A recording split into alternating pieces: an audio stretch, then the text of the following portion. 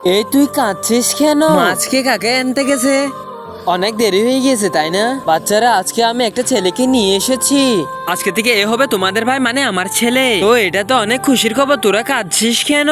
আমাদের ঘরের সামনে এত বড় কার কে রেখেছে? কেউ রাখেনি, এটা আমরা কিনেছি। চলো বেটা। হ্যাঁ মা, তোমাদেরকে কে বসতে বলেছে? তোমাদের জন্য তো অটো আছে, যাও অটো করে যাও। তুই তো ছেলে মানুষ, তুই তো বুঝবি না আমাদের ব্যথা।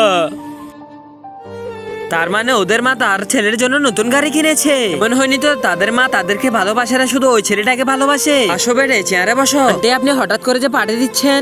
আমি আপনার জন্য শাড়ি আর আমি হার, আমি স্যান্ডেল কিনে নিয়ে এসেছি।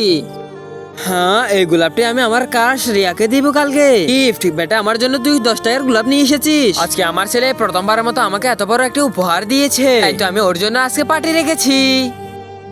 মা, আমি ওকে খুঁজে পাচ্ছি না। কাকে পাচ্ছিস না? আমাদের ছোট বোন রিয়াকে। ও তো মেয়ে ছিল, হারিয়ে গেলে কিছু করার নেই। মা, আজকে আমাকে ভাইয়ের মতো লাগছে না। মা, এখন থেকে আপনি আমাকে ভাইয়ের মতো ভালোবাসবে তো? মাকে ভালোবাসলে লাইক সাবস্ক্রাইব করে দাও।